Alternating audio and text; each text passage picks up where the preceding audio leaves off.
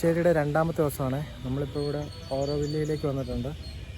ഒരു parking area ഒക്കെ നമുക്ക് ഇവിടെ ഉണ്ട് കേട്ടോ. ഇവിടെയാണ് മെയിൻ എൻട്രൻസ്. നമ്മൾ അപ്പുറത്തെ ഒരു എൻട്രൻസ് വഴി കയറാൻ നോക്കി, പക്ഷെ അവിടെ അല്ലായിരുന്നു. നമ്മൾ തിരിച്ച് ഇങ്ങോട്ട് വന്നു. നമ്മൾ സ്കൂട്ടർ ഇവിടെ പാർക്ക് ചെയ്തിട്ടുണ്ട്. കണ്ടോ, മറ്റൊത്തിരി വണ്ടികൾ ഇവിടെ പാർക്ക് ചെയ്തിട്ടുണ്ട് കേട്ടോ. വളരെ പീസ്ഫുള്ളായിട്ടുള്ളൊരു ഏരിയ ആണ്. നമുക്ക് അകത്തേക്ക് നമുക്ക് പോകാവേ. അപ്പം രണ്ടാമത്തെ ദിവസത്തിലേക്ക് എല്ലാവർക്കും സ്വാഗതം. തേണ്ട അകത്തോട്ട് നടക്കുന്ന നടപ്പാതയൊക്കെ ഉണ്ട് കേട്ടോ. ഇവിടെ എഴുതി വെച്ചിട്ടുണ്ട് ക്ലിയർ ആയിട്ട്. ഇതിന് വിസിറ്റേഴ്സൊക്കെ ഉണ്ടുള്ള സ്ഥലം ഓക്കെ. വാഹനങ്ങൾ അകത്തോട്ട് പെർമിറ്റഡ് അല്ല കേട്ടോ. വളരെ പീസ്ഫുള്ളായിട്ടുള്ള ഏരിയയാണ്. ഇവിടെ ഈ ഏരിയയിൽ വണ്ടിയൊക്കെ പാർക്കിങ്ങും കാര്യങ്ങളൊക്കെ ഉള്ളതുകൊണ്ട് അതിൻ്റെതായ നോയ്സൊക്കെ ഉണ്ട് അകത്തോട്ട്. ഞാനിതിനെപ്പറ്റി കുറേ വായിച്ചിട്ടും പഠിച്ചിട്ടൊക്കെ ഉള്ളപ്പോഴത്തേക്കിനും ഭയങ്കര ഇൻട്രസ്റ്റിംഗ് ആയിട്ടുള്ളൊരു ഏരിയ ആണ് കേട്ടോ. നമുക്ക് അകത്തെ വിശേഷങ്ങളൊക്കെ നോക്കാതെ നമ്മൾ ജസ്റ്റ് അകത്തേക്ക് വരുമ്പോഴത്തേക്കിനും കാണുന്ന കാഴ്ചകളാണ് കേട്ടോ ഇത്. ഇവിടെ തൊട്ട് ഇങ്ങനെ ശാന്തമായിട്ട് കിടക്കുന്ന സ്ഥലമാണ്. ഇതുണ്ട്, ഇവിടെയൊക്കെ നല്ല അടിപൊളിയായിട്ട് എന്താ പറയുക, വളരെ ഒരു കാടിൻ്റെ വന്യത തന്നെ നമുക്കിവിടെ കാണാൻ പറ്റുന്നുണ്ട് കേട്ടോ.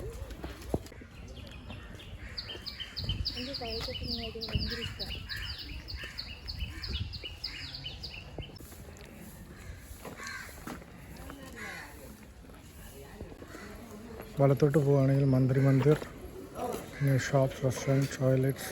സോ ഇത് നമ്മളൊരു അസംബ്ലി ഏരിയ പോലെയാണ്. എൻ്റെ ഇവിടെ ഇങ്ങനെ അങ്ങോട്ടൊക്കെ കിടക്കുകയാണ്.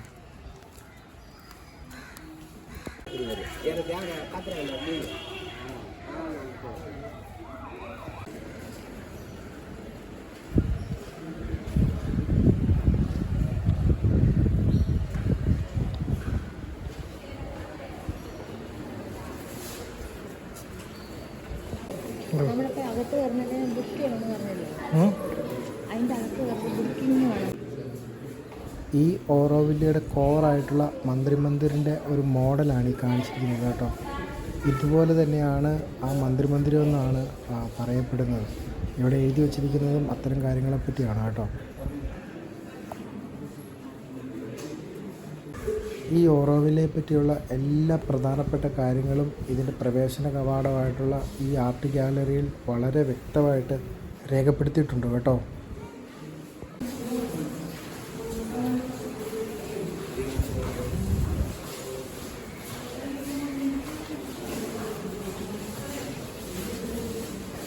ആർട്ട് ഗാലറിയിൽ നിന്ന് പുറത്തേക്ക് വരുമ്പോഴൊരു ഏരിയ ആണ് കേട്ടോ. ഇവിടെയാണ് ടിക്കറ്റൊക്കെ എടുക്കുന്ന ഏരിയ. മന്ത്രി മന്ദിരം കാണാൻ വേണ്ടി ഫ്രീ പാസ്സാണ് കേട്ടോ. ഇതുണ്ടോ, പിന്നെ ഇവിടെ ആക്ടിവിറ്റീസ് ഇഷ്ടം പോലെ ഒത്തിരി ആക്ടിവിറ്റീസ് ഉണ്ട്. അതാണ് ഇവിടുത്തെ മറ്റൊരു സംഭവം. ഇവിടെ രണ്ട് വഴിയുണ്ട് കേട്ടോ. രണ്ട് നേരെ കിടക്കുന്ന വഴി കൂടെ പോകുകയാണെങ്കിൽ ഒരു ഫോറസ്റ്റിനകത്തൂടെ പെട്ടെന്ന് എത്തും. ഇത് 1.5 കിലോമീറ്റർ 30 മിനിറ്റ് കൊണ്ട് നടന്നു പോകാനായിട്ട് ഇവിടെ എഴുതി വെച്ചിട്ടുണ്ട് കേട്ടോ. ഇതിൽ പോകുകയാണെങ്കിൽ കുറേ കൂടെ കാഴ്ചകളൊക്കെ കണ്ടു പോകാമെന്നാണ് അവർ പറഞ്ഞത്. അപ്പോൾ നമ്മളെന്തായാലും ഓഫ് കോഴ്സ് നമ്മളെന്തായാലും കാഴ്ചകൾ കാണാൻ വേണ്ടി തന്നെയല്ലേ നമ്മൾ ഈ വഴി കൂടെ തിരഞ്ഞെടുത്തത് കേട്ടോ. അപ്പോൾ നമ്മളിത് നോക്കുവാണെങ്കിൽ കുറേ ആൾക്കാർ ഇവിടെ ഉണ്ട് കേട്ടോ. ഒത്തിരി ആൾക്കാർ വന്നിട്ടുണ്ട്. അപ്പം അകത്തോട്ട് നമ്മൾ പോവാം. ഇവിടെ ഇങ്ങനെ പോകുമ്പോഴത്തേക്കിനും ആക്ടിവിറ്റീസൊക്കെ സ്റ്റാർട്ട് ചെയ്ത് നടന്നു കേട്ടോ. നമ്മളതിൻ്റെ സ്പെഷ്യൽ ടിക്കറ്റൊന്നും എടുത്തിട്ടില്ലാത്തതുകൊണ്ട് നമുക്ക് ആക്ടിവിറ്റീസിൽ പങ്കെടുക്കാൻ സാധിക്കത്തില്ല. Bharat Nivas pavilion of India, പഴയ ഒരു സെറ്റപ്പിലുള്ള ഡോറാണ് കേട്ടോ.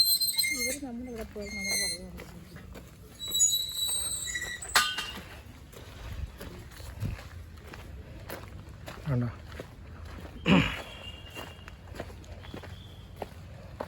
നമ്മൾ നടന്നു വന്ന ഒരു സ്ഥലത്തേക്കാണ് എത്തിയത് കേട്ടോ. ഇവിടെ കണ്ടോ, കലാകേന്ദ്ര.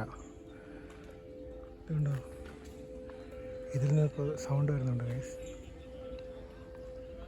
ഇത് വളരെ എല്ലാം നല്ല എന്താ പറയുക, സമയമെടുത്ത് കണ്ടു തീർക്കേണ്ട സംഭവങ്ങളാണ് കേട്ടോ. നമ്മുടെ യാത്ര ഇങ്ങനെ മുമ്പോട്ട് പോയിക്കൊണ്ടിരിക്കുകയാണ് കേട്ടോ. മന്ത്രിമന്ദിരത്തിലേക്കുള്ള യാത്രയിലാണ്. ഇതുകൊണ്ട് ഓരോ സ്ഥലങ്ങളിലേക്ക് വരുമ്പോഴത്തേക്കിനും ഓരോരോ പ്രത്യേക കാഴ്ചകളാണ് കേട്ടോ നമുക്ക് കാണാൻ സാധിക്കുന്നത്. യോഗയ്ക്ക് പ്രത്യേക പ്രാധാന്യം കൊടുക്കുന്ന ഒരു മേഖലയാണിത് കേട്ടോ. ഇത് നല്ല രസമായിട്ട് തോന്നി. ഇതിൽ തന്നെ ചെയ്തതാണെന്ന് തോന്നുന്നു. കല്ലിൽ തന്നെ ചെയ്ത വർക്കുകളാണ്. നോക്കാം, ഇത് വൈൽഡ് ലൈഫ് മ്യൂസിയം. ഇത് നമ്മളങ്ങനെ ഈ ചെറിയൊരു മ്യൂസിയമൊക്കെയാണ് കേട്ടോ.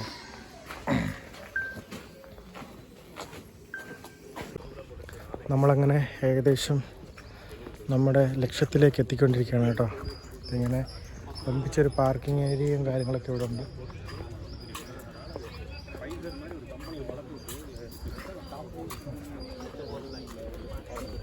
അങ്ങനെ നമ്മൾ പ്രതീക്ഷയോടുകൂടി ആകാംക്ഷയോടുകൂടി കാത്തിരുന്ന സംഭവം അങ്ങ് ദൂരെ നമുക്ക് കാണാൻ സാധിക്കും. നോക്കുക, ഇത് ആലാണ്. വാവ്, എത്ര മനോഹരമായിട്ടുള്ള കാഴ്ചയല്ലേ, പീസ്ഫുൾ ആയിട്ടുള്ള നല്ലൊരു ഏരിയ. ഇവിടെ കുറച്ച് ഫോട്ടോസ് ഒക്കെ എടുക്കാം അല്ലേ.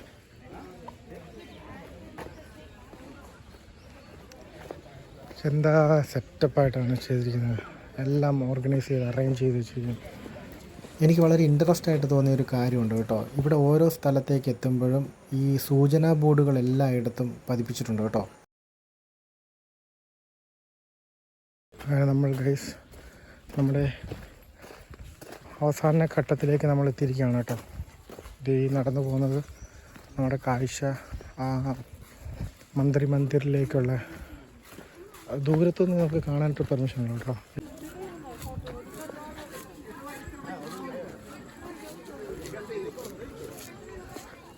അങ്ങനെ നമ്മൾ കാത്തിരുന്ന സംഗതി ഇതാണ്ട് ഓറോവില്ലയുടെ മധ്യഭാഗത്ത് ഓറോവില്ലിൻ്റെ ആത്മാവെന്നറിയപ്പെടുന്ന മന്ദിരമാണ് ഈ കാണുന്നത്. ഭൂമിയിൽ നിന്ന് ഉയർന്നു വരുന്നതായിട്ട് തോന്നുന്ന ഒരു വലിയ സ്വർണ്ണ ഡിസ്കിൽ പൊതിഞ്ഞ ഗോളമായ മന്ദിർ ഒരു പുതിയ ബോധത്തിൻ്റെ ജനനത്തെ പ്രതീകപ്പെടുത്തുന്നു.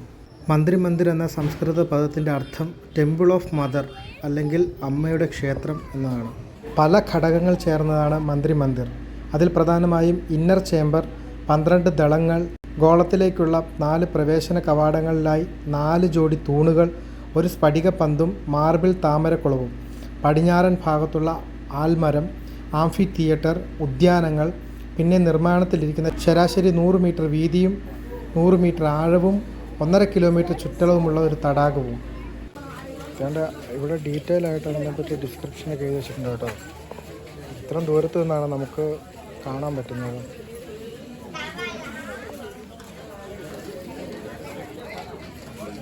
ഇത് വ്യൂവേഴ്സ് ഗാലറിയാണ്. ഇവിടെ നിന്ന് ദൂരെ അങ്ങ് കാണുന്നതാണ് നമ്മുടെ മന്ദിർ. ഇവിടെ കാണുന്നൊരു ആലാണ് കേട്ടോ. നമുക്ക്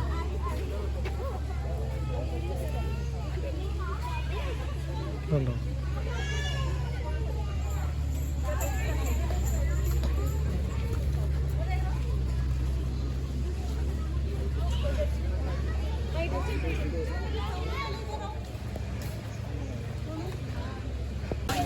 അകത്ത് വന്നവർക്ക് പോകാൻ വേണ്ടി, പുറത്തേക്ക് പോകാൻ വേണ്ടി ബസ് സർവീസ് ഒക്കെ ഉണ്ട് കേട്ടോ.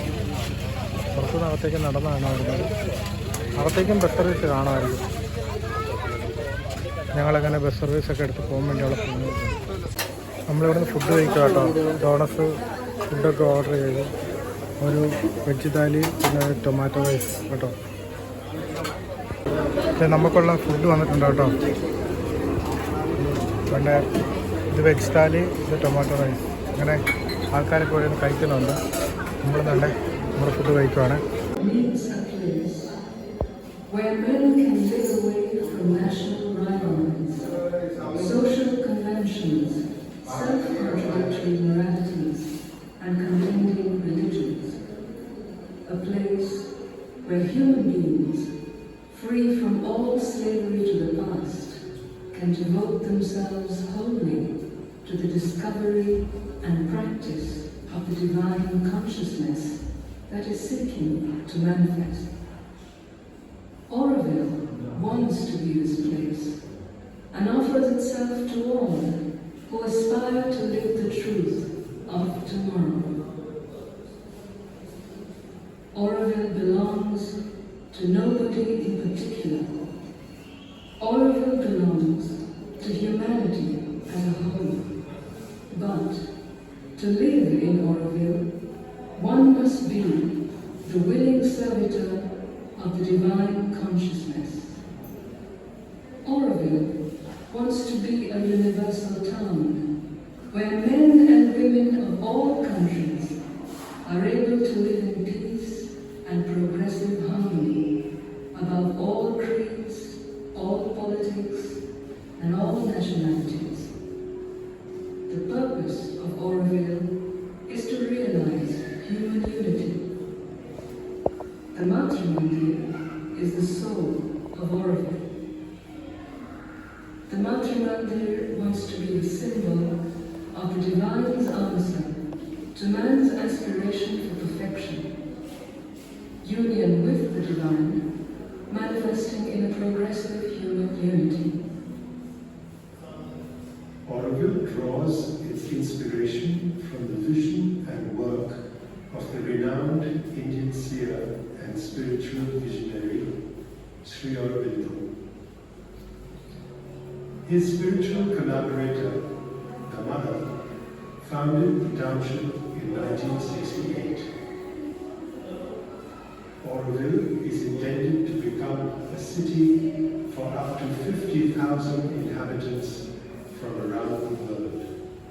At the very center of Auroville, one finds the soul of the city, the Matra Mandir, situated in a large open area called Peace.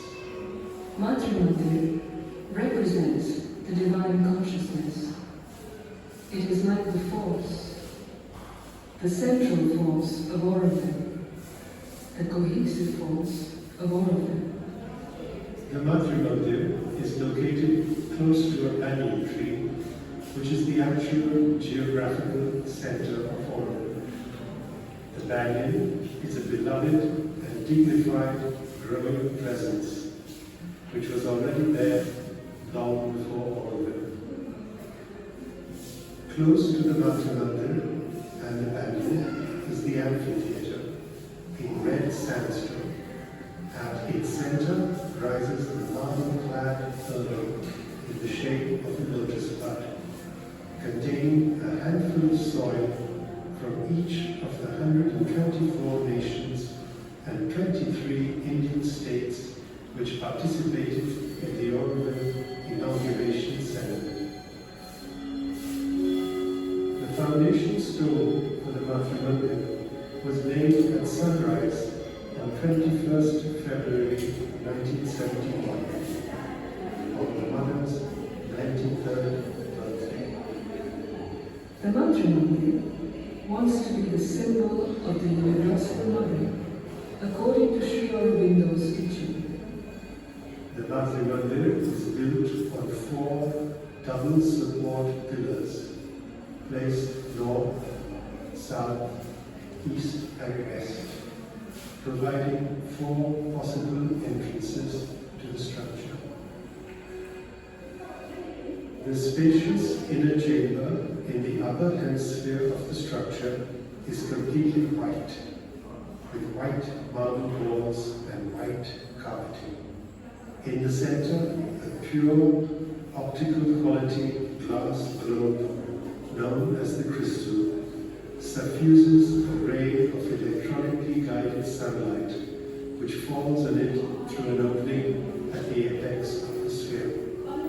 The most important thing is this: the play of the sun on the center, because that becomes the symbol of future realizations. There are no images, no organized meditations, no flowers, no incense, no rituals or religious forms. People will not come for regular meditations or anything of the kind. It will be a place of concentration. Not everyone will be allowed in.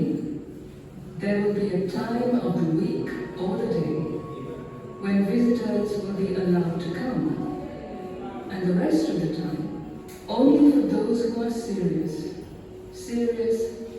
sincere, who truly want to learn to concentrate. A place for trying to find one's consciousness. Other elements of the construction are now also complete. A stylized lotus pond in white marble lies down directly below the Matri. Around it rise the 12 petals in red sandstone, circling the Matri with 12 meditation rooms, each named after an attribute of the mother. The amphitheatre also has received its finishing touches. Attention is now focused on creating the 12 gardens that will surround the Matri Mandir. Work and research are ongoing to bring the gardens to completion and to manifest the Park of Unity. The Park of Unity must be surrounded by some kind of isolating zone, so that it is solitary and silent. One has access to it only with permission. The present plan is to surround the Park of Unity with a water body or lake. The Matri Mandir is not the center of a new religion. A new religion would not only be useless, but disastrous. It is a new life that must be created. Our research will not be a search effected by mystic means.